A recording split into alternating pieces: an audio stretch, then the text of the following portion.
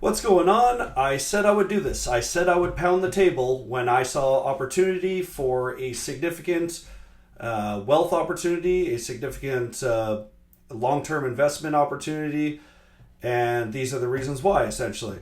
So, my indicators I use relative strength index, and we are getting very beat up very fast, and we are approaching this oversold level here, which historically has been the big buying opportunities. So last time we even approached this level was back here, which we ran 52.39% afterwards, and we're past that now. So we set a higher low than that already, and the last time we actually hit weekly oversold was back here, so right here, and we ran 82%. So when we actually hit weekly oversold, we ran 82%. And previous to that was the COVID dump, which we ran 125% here on this one. From the bottom, and this is the S&P 500, ran 125% the last time when it hit weekly oversold. Before that, we hit it right here, and this was a 54% run here. Of course, the COVID crash, you couldn't have expected that, and it did dump lower, but there was a lot of opportunity to the upside. That was a big run, and of course, this COVID dump recovered quickly, but yeah, so I'm just saying, in history, and this was the last time Trump had his tariffs, and as soon as those tariffs got sorted out, and the uncertainty was gone, we ran. And then there was a drop here. I'm not sure what that was, but it led to this giant run and the 2008 financial crisis. And then after, also the dot-com bubble. But that's pretty much it. And the reason why the market's dropping right now is just the uncertainty of the unknown.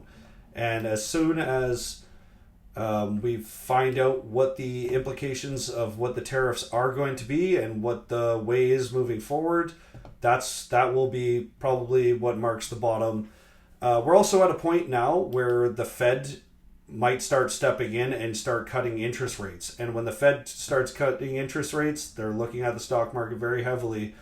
And that obviously it makes things easier to get loans, easier for businesses to get capital, and gives them more stability. And that brings the money back to the stock market. So we are approaching these levels now.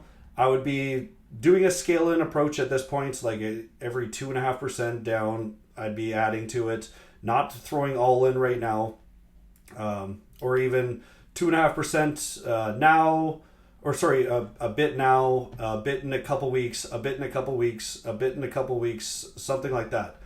And but that is what I wanted to pass forward to you all, and I hope it reaches the right people.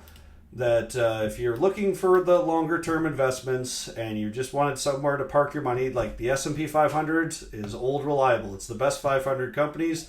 This chart, and it's always switching out. So it's designed to go up. These are the best 500 companies, and it will always go up. And as much as it seems like it will never stop. It is designed for that reason. So, I know it's very ugly right now. I know everyone says the sky is falling, but another thing I have to say is Trump's ego. Trump, his ego. He's too egotistical, that he's too proud to fail. So he'll see once if this drops a bit more, and I do think most of this move down has happened. At this point, the bulk of the move has happened, so I wouldn't foresee another 10% down, but this was like kind of oh no, sorry, that wasn't.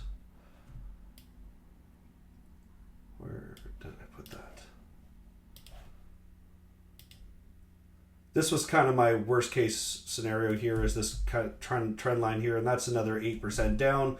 But that's why I said I'm planning on scaling in at this point and waiting for this next bounce, which there is a bigger bounce coming at this point. So I'm expecting, yes, definitely a bit more downside from here, I don't know how much. We will have to see, and we will have to see what the news is and what the country's reactions are, and that's why he gave them more time to make deals. And I think the best interest in all these countries is to make deals. Then it's not going to help anyone to go to a trade war. It's just better to make some sort of deal that is not just instigating.